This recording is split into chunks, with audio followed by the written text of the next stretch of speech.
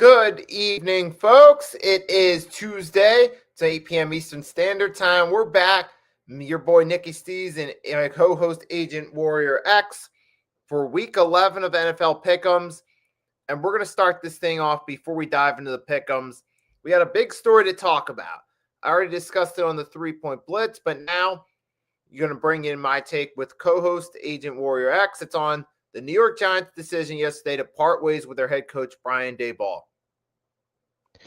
Hey everyone, welcome to NFL Pick'ems Week 11. I'm your co-host Agentwarrior X, and yes, ladies and gentlemen, it finally happened. New York Giants has officially parted ways with Brian Daboll. I did this in a reaction video, by the way, after 4.5 years with the New York Giants, after Dave Gettleman retired and Joe Judge was terminated. Ultimately, was this a good decision? Not really. In my perspective, yes, it was a decision they had to make in terms of blowing leads and making questionable decisions. But in my perspective, it wasn't a good choice, but in my opinion, it is. Think about it.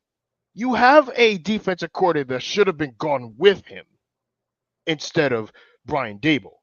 Yes, Joe Shane has made some great drafts and hit and misses. Like Deontay Banks is one example. Jalen Hyatt was never a good prospect because they barely use him. And of course, the only good prospect they have is Kayvon Thibodeau, Malik Neighbors, Jackson Dart, and Abdul Carter. The four prospects I mentioned absolutely balled out so far. Jackson Dart is now out potentially for like 3 or 4 weeks. So, Nikki, my honest thoughts about Brian Dable terminated, this honestly should have been no surprise. No brainer. He should have gone with Shane Bowen. Bowen should be fired with him. He doesn't have an offensive mindset, but I'm hoping Mike Kafka could get the job done for the next 3 to 5 games. I mean, the Giants, to reiterate what I said earlier today on the 3-point blitz, they were kind of stuck in a position where they feel like they had to move on. They started off that first season, 9 wins, made the playoffs. Coach of the year, had that upset against Minnesota. Good start. But since then, it's been losing season. Terrible start at 2-8 and blowing 4 fourth quarter leads, especially in winnable games against the Denver Broncos and most recently the Chicago Bears. Brian Daboll was part of the problem, but it's not just him too. The real problem starts all the way at the top. You got to rebuild a team all the way from the top down. A historic example, the Tampa Bay Buccaneers. Hugh Cloverhouse was the original owner for them. They were a dumpster fire in his years as the owner, oftentimes having losing seasons, Cloverhouse being cheap with player contracts, practice facilities. It wasn't until he left that they slowly started to turn the corner, getting guys like Warren Sapp, Derek Brooks, Rondé Barber, eventually winning a Super Bowl 2002.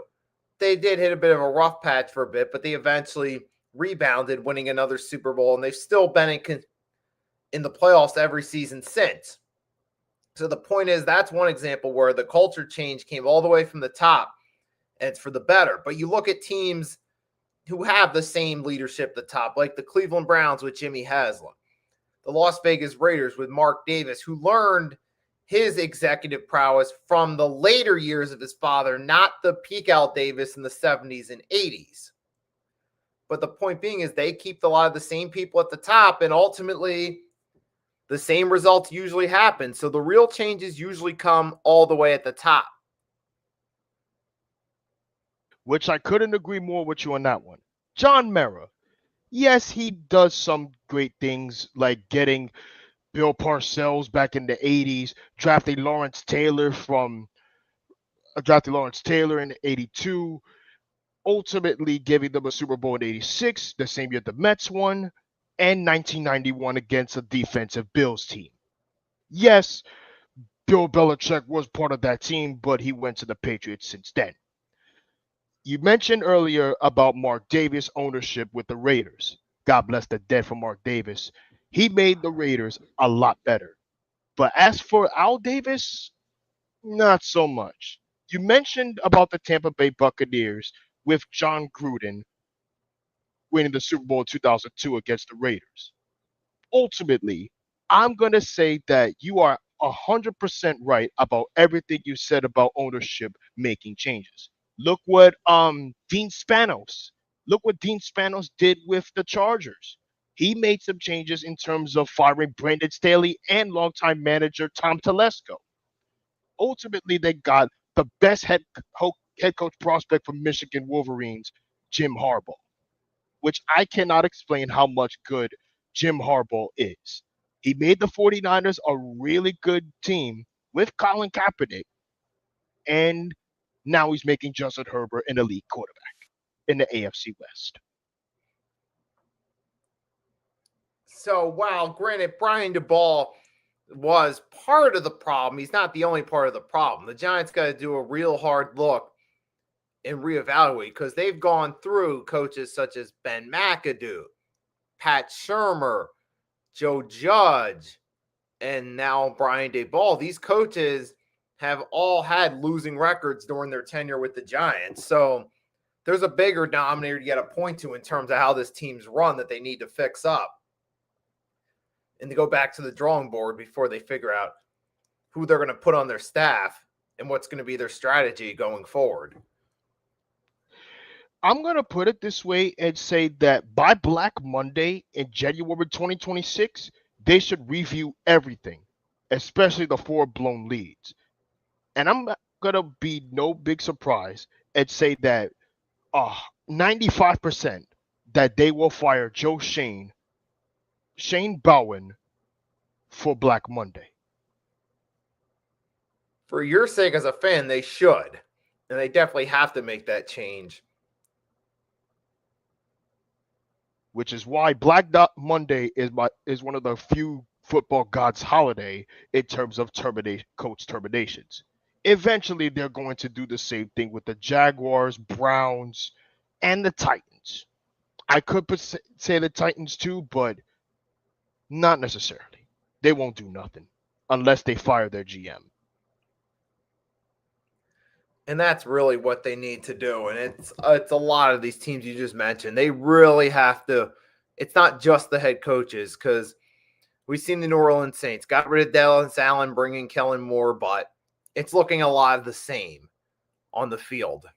It's so pretty much the same thing, but the defense got a lot worse.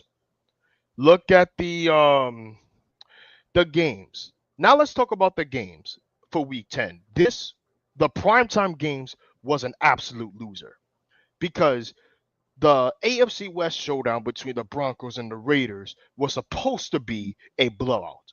Ultimately, it came out to a low-scoring game, similar to what we saw back in 2022 when Thursday Night Football first debuted on Amazon Prime Video. We had the Broncos' Bo Nix. You had Geno Smith with the Raiders. Both of them scoring touchdowns but doing nothing in the second half.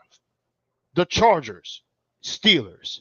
We mentioned those games that the Steelers are going to win the game, right? I said the Steelers should bounce back against the Colts. Ultimately, it was the most boring in the first half. Ultimately giving the Chargers to bolt their way to victory in the second half thanks to Justin Herbert's blowout and multiple interceptions that the way Aaron Rodgers threw. Now on to the final primetime game, which is Monday Night Football last night.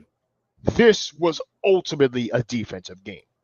Green Bay Packers versus the Philadelphia Eagles.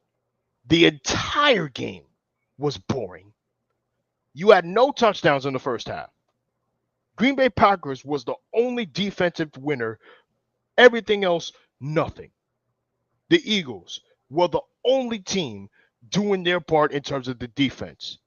I still don't understand why Ringo still has a job with the Eagles, nor Kevin Patullo. Yeah, and with that one, the play calling, Kevin Patullo has been atrocious with the play calling. They've gotten blessed with the fact that they're in a dumpster fire division this year, and that should help them be the first team since, well, 2003 and 2004 when they went back-to-back division titles, because it switched hands every year since. This might be the first time since those seasons we've had back-to-back. So they should probably still get that done, but I don't know, the play calling just wasn't all the way there. And the credit to the Packers defense, they did play good. They managed to get a strip. They got the fumble in the first drive, which prevented the Eagles from scoring when they were in the red zone. They had that there, but Eagles offense, I mean, to be fair, Saquon, he didn't have the greatest stat line, but if you look at his all-purpose yards, he played his role on both offense and defense and did he did good enough to at least help the Eagles outscore the Packers. And then you with Devontae Smith with that one great play that ultimately sealed the game for them, that touchdown. It was nice. Outside of that, the offense, it was a struggle. Now, the defense did their part. Jalen Phillips fit in well with Vic Fangio. He was chiming in 6 tackles. They did a good job getting pass rush on Jordan Love and did pretty decent in coverage. It was good enough for the win. So, but it was one of those great defensive games, offensive struggle against the defense's game, where the Eagles ultimately won out and were the better team.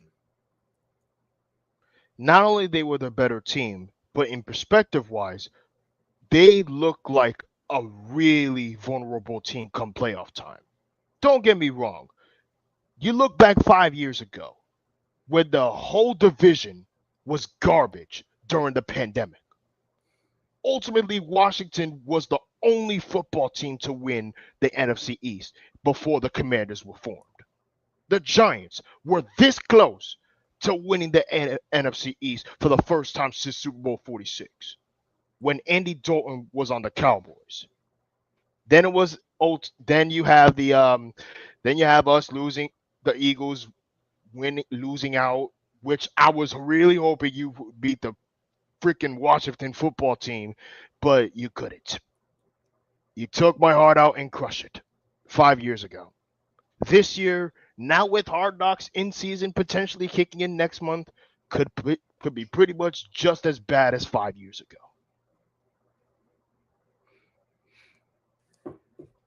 But yeah, right now there's only one team with a winning record that looks like they have a shot in that division. Now I got to wait and see. I already looked at the schedule. There's going to be a big test for the Eagles coming up in week 11. We'll talk about that. It's going to be a Sunday night game. That should be a good one. Hopefully these primetime games should be much more better than last week. And with that being said, this is the perfect time to segue into the Week 11 picks. And per usual, we'll start off with the Thursday night. I've already seen a preview. It doesn't look that great. Patriots versus Jets. Oh boy, the AFC showdown between the potential tank winners, New York Jets, versus the returning juggernauts, New England Patriots. We saw what happened last week with the Patriots and Buccaneers. I already talked about how this game was supposed to be a shootout. Apparently, I was slightly wrong. Drake May was a far better quarterback than Baker Mayfield. Yes, Baker Mayfield had some struggles in the second half, but ultimately Drake May and the offense came through. Yes, they scored the last-minute touchdown to try to do an onside kick, but it wasn't good enough. But as for the New York Jets, they were this close for destroying their tank. I will still never forgive the Jets for what they did 5 years ago with Adam Gase. They still will win more than 2 or 3 games to try to destroy their tank and forget their quarterback that they will have in the future. Yes, you still got the first 2 picks from the Colts and Cowboys, but that's pretty much it. All in all, New York Jets could potentially be one of the worst tank bowl contenders I've ever seen. They can't even tank properly in terms of drafting Zach Wilson. They were this close for drafting Trevor Lawrence from Clemson. Ultimately, they drafted Zach Wilson from BYU. So you will be very lucky if you lose this game. Because I see how their defense did without Sauce Gardner. but I'm not. Give me the Patriots over the Jets, like they always dominate back in the Brady days. Here we go again. It's like the old expression goes, the more things change, the more they stay the same. Last year, we got one season of the Jets having the Patriots number, and that was with a different head coach for the Patriots. That was last year with Gerard Mayo, a first-time coach. Now here you go. The Patriots have an actual experienced head coach. They've won 8 games, and they're fresh off a win against the Tampa Bay Buccaneers. Even with the Buccaneers being down some guys on their line, it was still a good win for the Patriots against the formidable foe in the NFC. So now you take that momentum, come back on a short week at home, and you got to play the New York Jets. I certainly like the Patriots' odds in this one. I'll take them to defeat the New York Jets and resume the momentum and resume the trend of dominating the Jets and having their number. You know what's strange? I don't even know why Robert Kraft even hired Gerard Mayo in the first place. Yeah, maybe as a placeholder, but it happened. Now they got Mike Vrabel, and they're better off for it. Moving right along. This one, we're in Barcelona, Spain. Miami It's Dolphins. not in Barcelona. It's in Madrid. Oh, Madrid. That's right. There you go. In Spain, the Miami Dolphins versus Washington Commanders. Next up, we got the Washington Commanders versus the Miami Dolphins. The Dolphins are coming off a huge upset against the Buffalo Bills. Remember how I talked about last week? They said that Buffalo should dominate? I was dead wrong about that. Washington, without Jay Daniels, Marcus Mariota is decent. They have a decent veteran, but playing in one of the biggest stages, home of the 14-time football Champions League champions Real Madrid, makes me think that this might be like the Real Madrid games that we see on Paramount Plus. Ultimately, I am going to say that this could be a low-scoring game.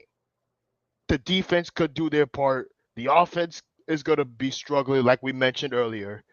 But if I had to choose out that comes out a winner, give me the Washington Commanders over the Miami Dolphins in Santiago, Madrid.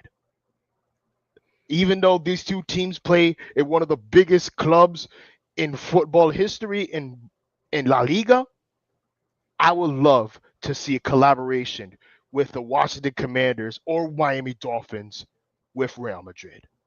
But still, give me the Washington Commanders over the Miami Dolphins.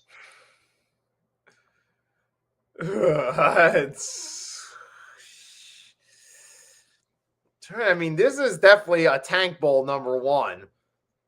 Now, the way the Miami Dolphins have won a few games recently against teams like the Falcons and the Buffalo Bills, they've played decent enough in those games. And here you're going against the Washington Commanders. I see that's why a lot of people are leaning 67% in favor of the Dolphins, and I could certainly see that happening. But make no mistake, the Miami Dolphins are still a dumpster fire, and so too are the Washington Commanders this year. They got too many older players on their roster, and they don't have their starting quarterback that led them to the conference championship game last year. So I'll take the Miami Dolphins, skate by on talent, get this win. You know what's crazy? I forgot to mention that this is a super international tank bowl. Oh, yeah. Oh, Real Madrid, you're going to get a real treat for you on our Sunday morning, whatever time of day it is. I really hope Kylian Mbappe or Jude Bellingham doesn't see that game. Yeah, this does not bode well for their future. And moving right along to the 1 o'clock games, we got the Falcons hosting the Panthers. Next up, we got the NFC South showdown between the Carolina Panthers and the Atlanta Falcons.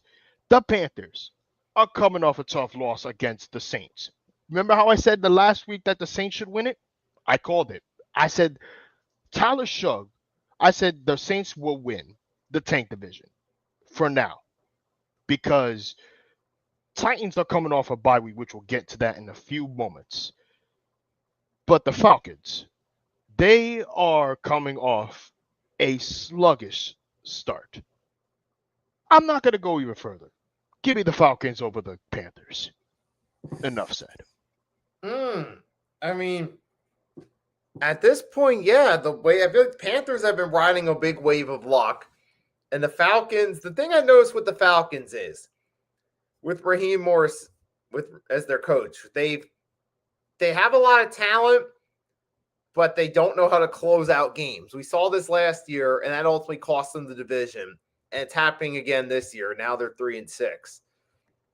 You still got Drake London, Bijan Robinson. You got a pretty solid core there, but they just don't know how to finish off games to be able to close out and get the win. And now in this one against the Carolina Panthers, I'm going to go with the Falcons because even though the Panthers are at 500, they were always a fool's gold team, even when they were above 500.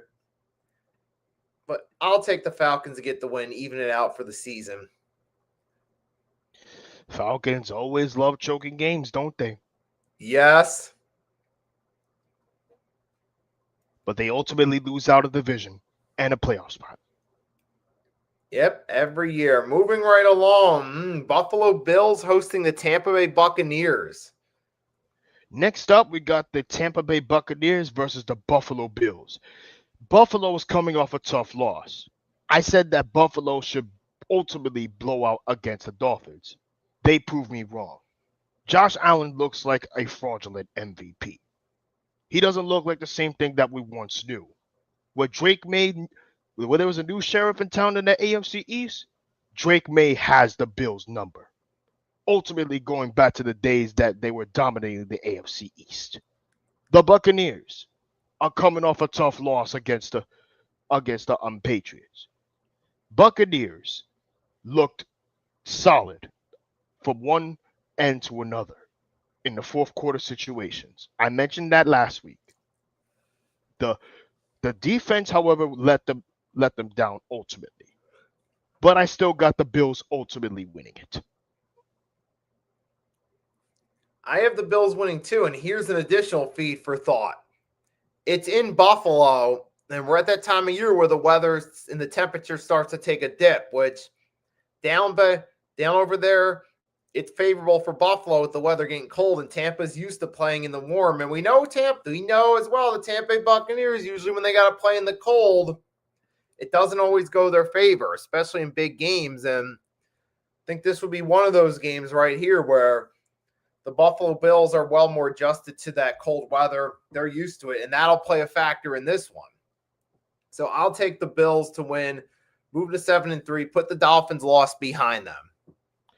You could save a cold weather or weather conditions like Pittsburgh, Philadelphia, Buffalo, New Jersey, New York, Chicago, Green Bay, you name it.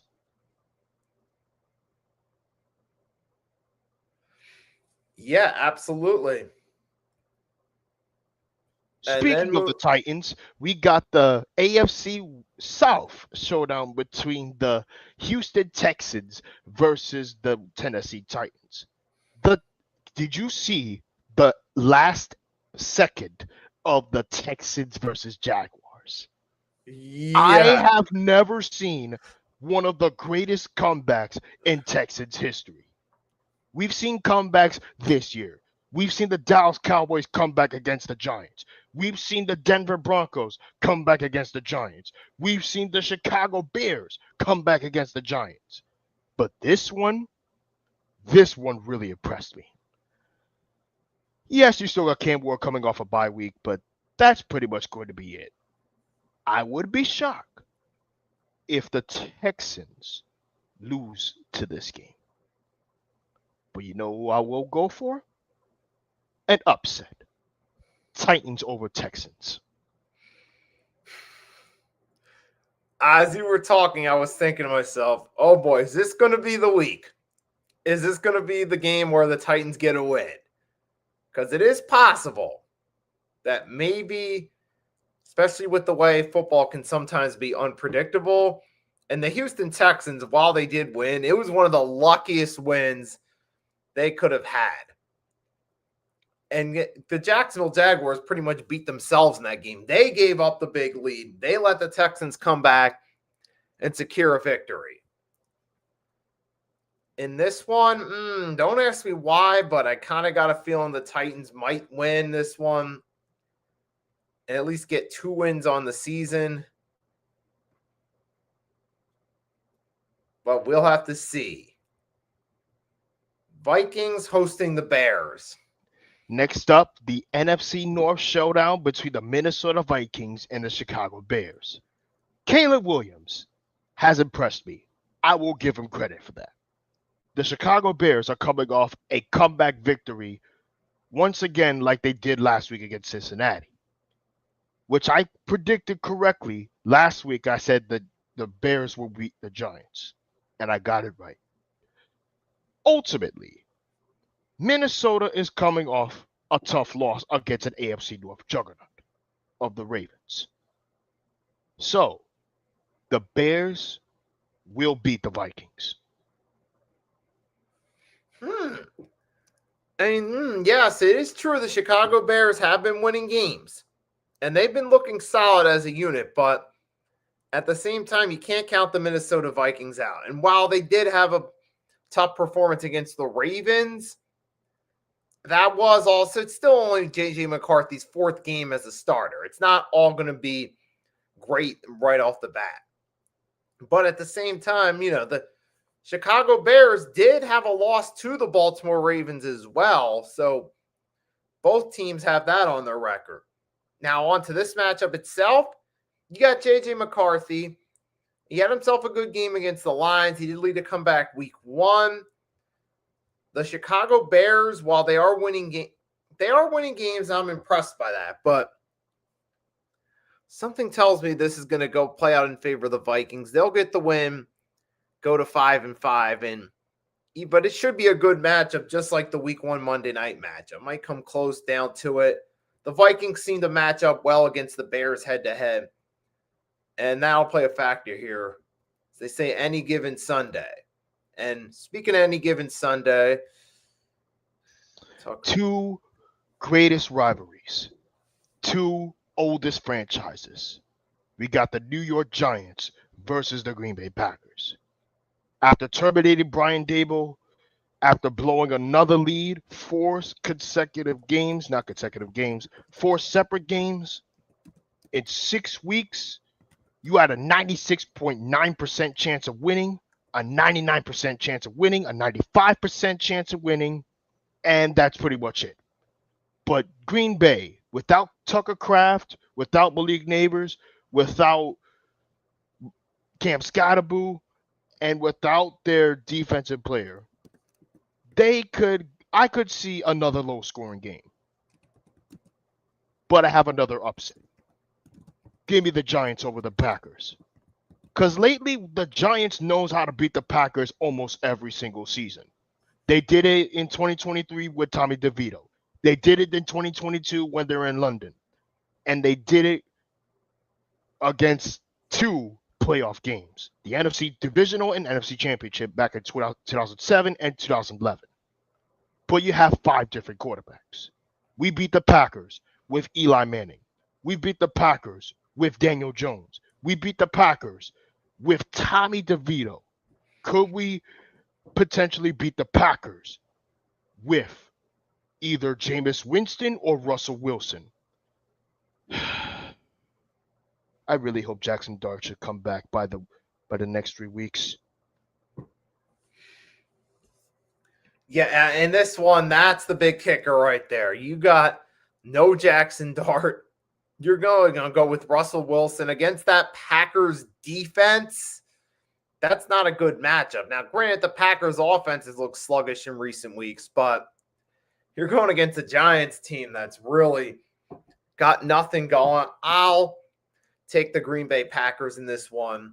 to take care of business and get back on track with a win. Maybe not in pretty fashion, but they'll find a way to get a win. Probably Josh Jacobs will have himself a good game against this Giants team. The Packers defense will shine, and that should be enough to secure the win. They still have Micah Parsons, though. Exactly. Next up, we have the AFC North showdown between the Cincinnati Bengals and the Pittsburgh Steelers. The Steelers, yikes. They're coming off a tough loss against the Chargers. That was a winnable game. The Bengals are coming off a bye week or a tough loss. I'm going to say that Cincinnati should get this win against Pittsburgh. We've seen this time and time again with the Pittsburgh Steelers. They start off great early in the season, ultimately collapsing late. They did it 5 years ago when they lead the North against the Cleveland Browns. They did it against the Ravens last season when they lost the division, they lost out to the Ravens in the AFC North. So I won't be surprised if this happens yet again. Give me the Cincinnati Bengals over the Pittsburgh Steelers. Yeah, I could definitely see that happening with the way they've been playing. Now, we know with the Bengals, their strong suit is their offense. Their defense is the exact opposite, a historically awful defense. Now, the Pittsburgh Steelers, though, it's one of those things where we see you can never count them out as far as having a winning record goes. Even if it's not good, even if they get the 7th or 8th seed, usually you count on them to have a winning record. In this case, I'm thinking leaning toward the Bengals. I don't know. It might go with, even though the Bengals I feel like are the better, especially on offense-wise, they could be the better team. I'm going to go with the Bengals in this one. Yep. Because that offense is just going to be too much for them to handle. Now, this next Especially one... with T. Higgins and Jamar Chase. Yeah, that's exactly. And this next one should be pretty straightforward. Should we really talk about this? Should we really talk about the fact about the Jaguars choking away a lead? Should we talk about the fact that the Chargers beating the Steelers regardless in the second half? No. We got the Los Angeles Chargers versus the Jacksonville Jaguars. I'm not even going to waste anyone's time. Give me the Los Angeles Chargers over the Jacksonville Jaguars because they just lost their 2nd overall pick, Travis Hunter, for the year. Same here. I'll take the Chargers to win this one. And now this looks like game of the week potential right here. Los Angeles Rams hosting the Seattle Seahawks. This is going to be a shootout. We got the Seattle Seahawks versus the Los Angeles Rams. The NFC West showdown.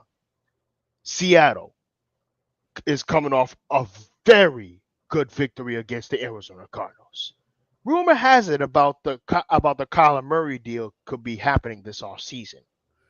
The Rams are coming off a great win against the 49ers. Could they do it again with Matt Stafford? We may never know. You still got Puka Nacua. You still got Stafford doing Stafford things. But Sam Darnold, Cooper Kupp, and JSN, that's a really good offense. Ultimately, the winner of this is the Seattle Seahawks by a high differential.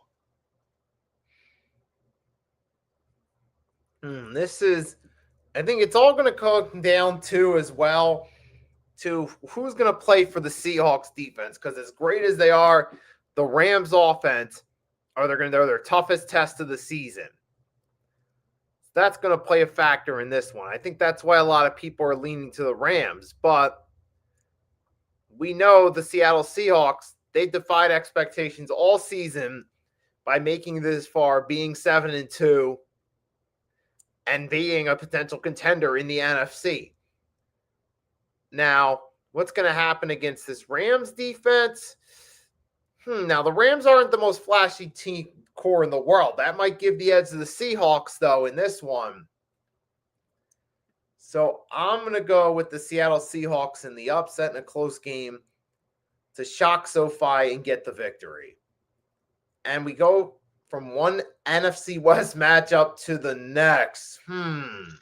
This is going to be a blowout. Not even going to waste your time. San Francisco 49ers versus Arizona Cardinals.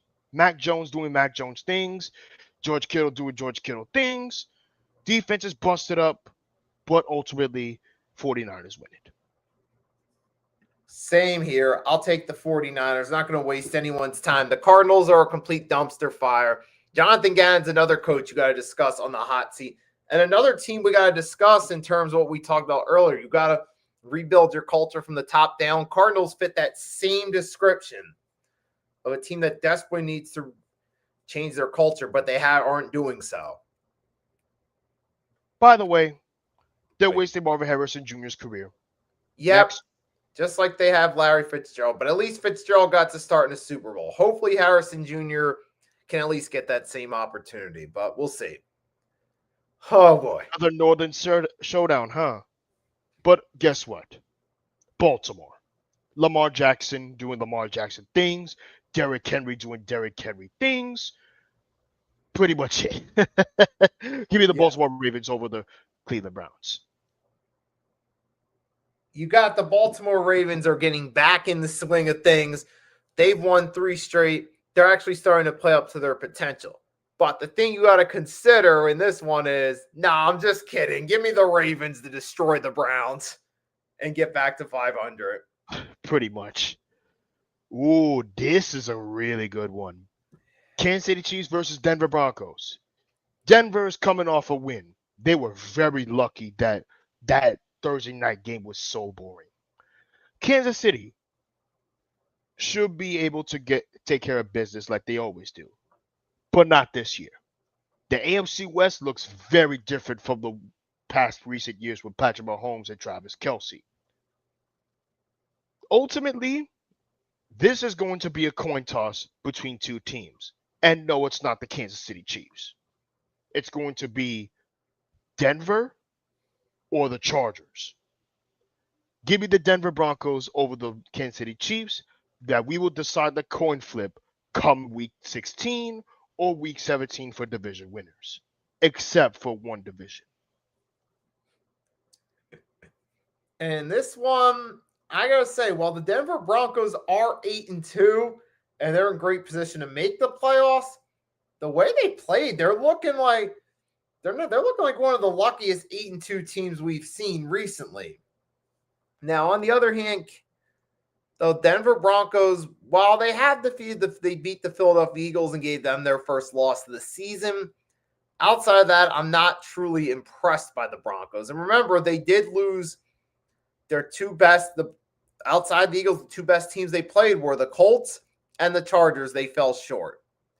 So I'm going to say take Kansas City to win this game and get back on track with a win. I know they had the loss to Buffalo, but they had a whole bye week to regroup.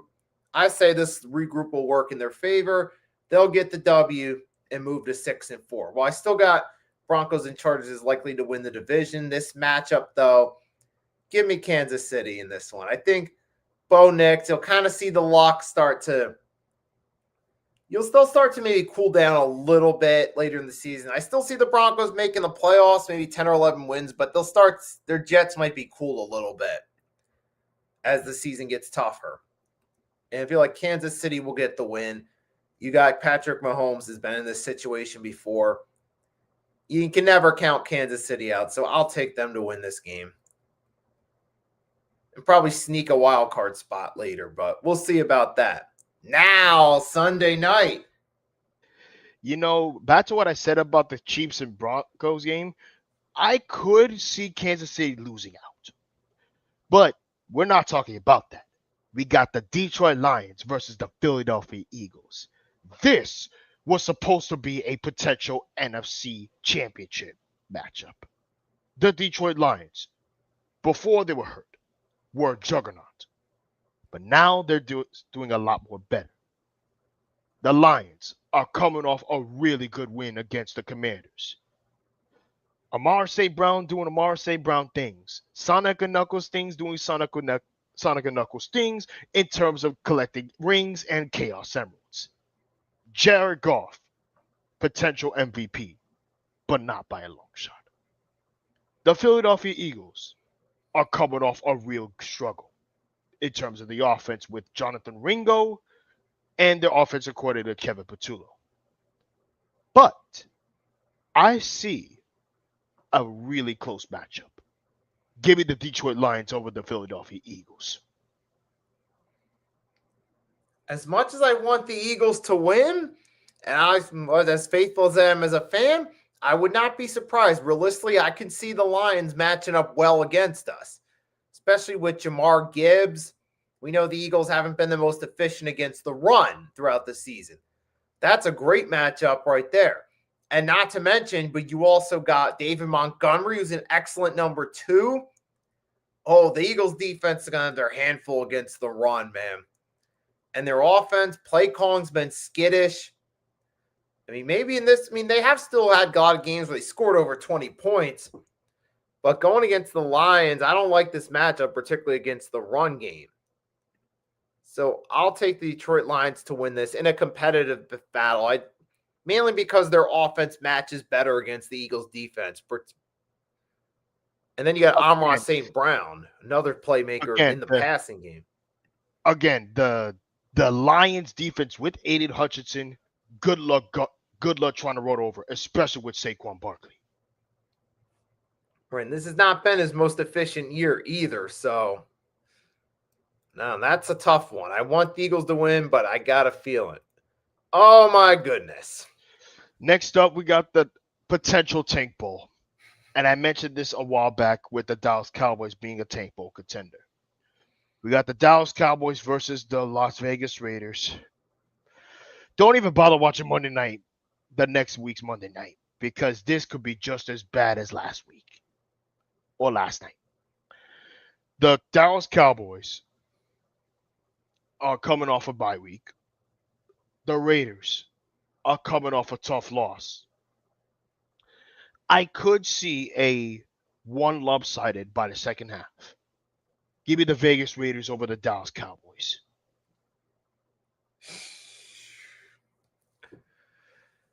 I mean, at this point, the Cowboys offense, it looks like the wheels finally fell off. They're not as potent as they once were. So I'm going to go in this one. I'd say give me the Dallas. This could be a toss-up, but I'll take the Dallas Cowboys to win because the Raiders are just absolutely putrid, though, and it's probably going to be a low-scoring game. I think at best, maybe 30 points. Dak Prescott, with those weapons he has, should be good enough to at least get some points going against the Raiders. So I'll take them to beat the Cowboys, to beat the Raiders, but not in a pretty game. Ultimately, I could see this a lot more better than last week, but hopefully these primetime games should be a lot more better than last week. But my hot takes for the Green Bay Packers versus the New York Giants.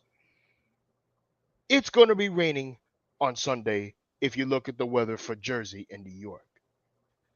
I could see this as a low-scoring game. I won't see a blowout from the Packers and Giants, but I could see this as a low-scoring game in terms of weather conditions. We saw this time and time in terms of weather conditions and people getting the job done. My second hot take for the Dallas Cowboys, they're going to tank. It's time. It's time for all the delusional Dallas fans to finally understand and realize that you are not going back to the NFC Championship since 30 years. Kansas City might lose out. The Patriots are returning to their ways with Bill Belichick and Tom Brady. And the Tennessee Titans could potentially win a game this year. Another game. We've seen the Giants upset against the Chargers. We've seen the Giants upset against the Philadelphia Eagles on Thursday night. You know what game sounds familiar, Nicky? Thursday night. Thursday night against the Giants, which I was expecting a loss. Ultimately, Jackson Dart and Cam Scottaboo before he got hurt were far better than the Eagles defense with Ringo. Now you'll understand why we got rid of Adoree Jackson. He's been hurt. Right. And now in this case, though, let's see, I'm gonna say this. My hot take for week 11 is I think you're going to start to see kind of get a better idea of who the contenders and the pretenders are with some of these games, like Minnesota versus Chicago. Minnesota's a middle of the pack team. The Bears, their performance in this one will tell you how far they've really come as a team. Whether they win or whether they lose in embarrassing fashion, that could indicate, okay, they've actually come a long way, or okay, they're better, but they still have work to do. You kind of saw that last week with Jacksonville's performance against Houston, or actually it was Jacksonville versus the Rams a few weeks back when you knew, like, yeah, the Jaguars may have a winning record, but they're still not all the way there as a team. Don't let the record fool you. And that, I think this week, the Broncos going against Kansas City, despite them not being as strong a team as they're used to, they're still a formidable force. This will also be the test game for the Denver Broncos, too, to see just how good a 8-2 team they really are. So I think the Bears and Broncos, it's the test games for them to see actually if their records match how good they really are. You know, I was going to say that Chicago has come a long way since that double doink against you guys back then. Washington has come a long way from being irrelevancy, and now Jaden Daniels is out for potentially the year because of that dislocated elbow. And 3, the Giants continue to do Giants things in terms of terminating the head coach after head coach after head coach. Here we go again with the revolving door of head coach where we all thought that my team that I love the most is back to relevancy. Ultimately having a one decent season like similar to 2016 with Ben McAdoo, win one playoff game, and then absolutely crumble the very next year with a Coach of the Year candidate. And the Atlanta Falcons are the perfect example, not just currently, but historically, of wasted talent. They've done this. Remember Deion Sanders? He made them a real marketable team. They became a draw, but they couldn't get the right pieces to convince Deion to stay to go for a run.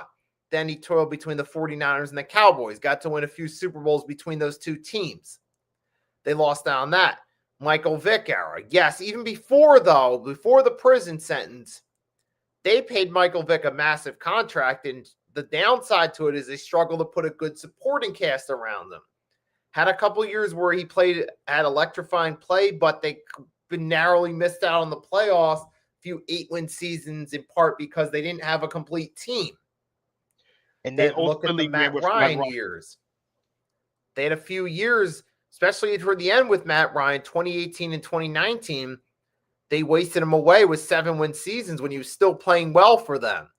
And in 2020, this was the year the Falcons choked multiple leads, especially against the Chargers. Oh, we got Awesomeness Sports. How are you? Oh, Awesomeness. What's up? I haven't seen you in the chat in a long time. Nah, she is a diehard Washington Commanders fan. And I know she likes to talk a lot of trash towards every team, including mine. But what can you say for this year? This year is just as bad as 5 years ago. We're on the same boat. The Washington Commanders are on the same boat as the New York Giants. Instead of just the Commanders winning the division 5 years ago, it will ultimately be the Eagles.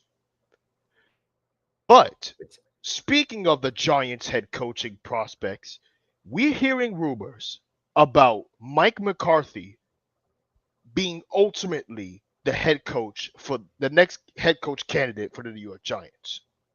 My honest thoughts about this is my hottest take.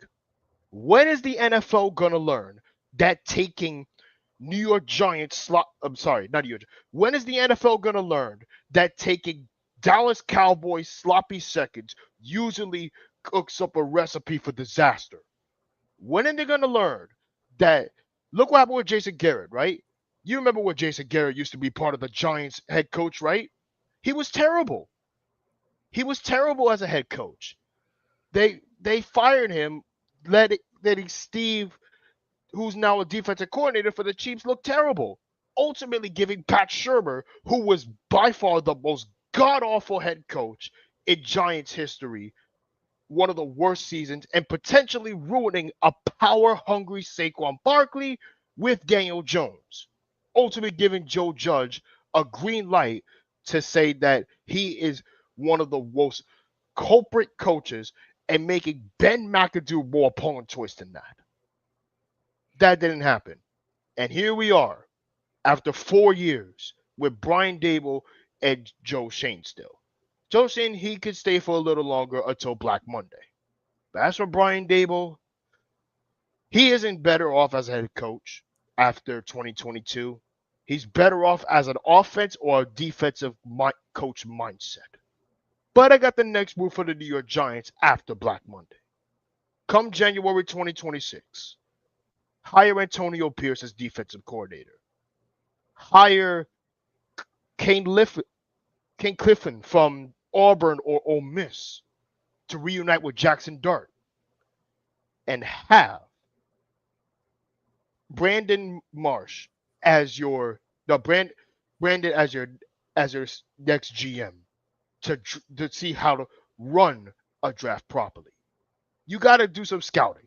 Yes, a lot of people say that Jordan Tyson is their pick from Arizona State, but you don't need a guard. I won't be surprised if they draft another offensive line. Look what happened when they hire with the Chargers, the way they hired Jim Harbaugh. They drafted offensive guard from Notre Dame, and I'm a Notre Dame Fighting Irish guy. The first time that Jim Harbaugh draft was announced Chargers head coach, the Chargers are back to irrelevancy. This is how you get a franchise revived. If John Mara can do the exact same thing with Brian Dable out of the job, potentially Mike Kafka out of the job, and Shane Bowen out of the job, you can find the right pieces to make Jackson Dart the next Eli Manning. I won't say like Gardner Minshew or any type of veteran quarterbacks who struggled. And I mean the next best thing to Eli Manning and potentially not Patrick Mahomes, Josh Allen, or Joe Burrow. He's similar to Jalen Hurts because he is similar to him. And the final sentence, I will say this. Antonio Pierce, come back to the Giants. Come home as defensive coordinator. We're wide open for you to come home. Ultimately, I would love to see you come back. All right, so before we go, my closing thoughts on this one are Week 10 was a completely unexpected week. A lot of upsets we did not see. Teams like the Saints, the Dolphins winning games they probably should have lost. That's why this week I'm a little more cautious with some of these picks. I'm trying to look at it more from a matchup standpoint, like who matches up well against who. And hopefully this week I have a more successful week. But it should be fun to see what happens. The Thursday and Monday night games might not be that great again, but they could be better just based on the fact that we had 2 10-7 games. Oh, fun fact. The 4 o'clock games last week, we had 2 44-22 finals. Thursday and Monday night, both 10-7 final. But hopefully this week, the primetime games are at least a bit more watchable. And I feel like this is the week we're going to kind of see, out of all the teams with winning records, who's actually as good as their record indicates, like I said. So now we just got to wait and see what happens. Thank you again, Agent Warrior X, for joining me on NFL Pick'ems.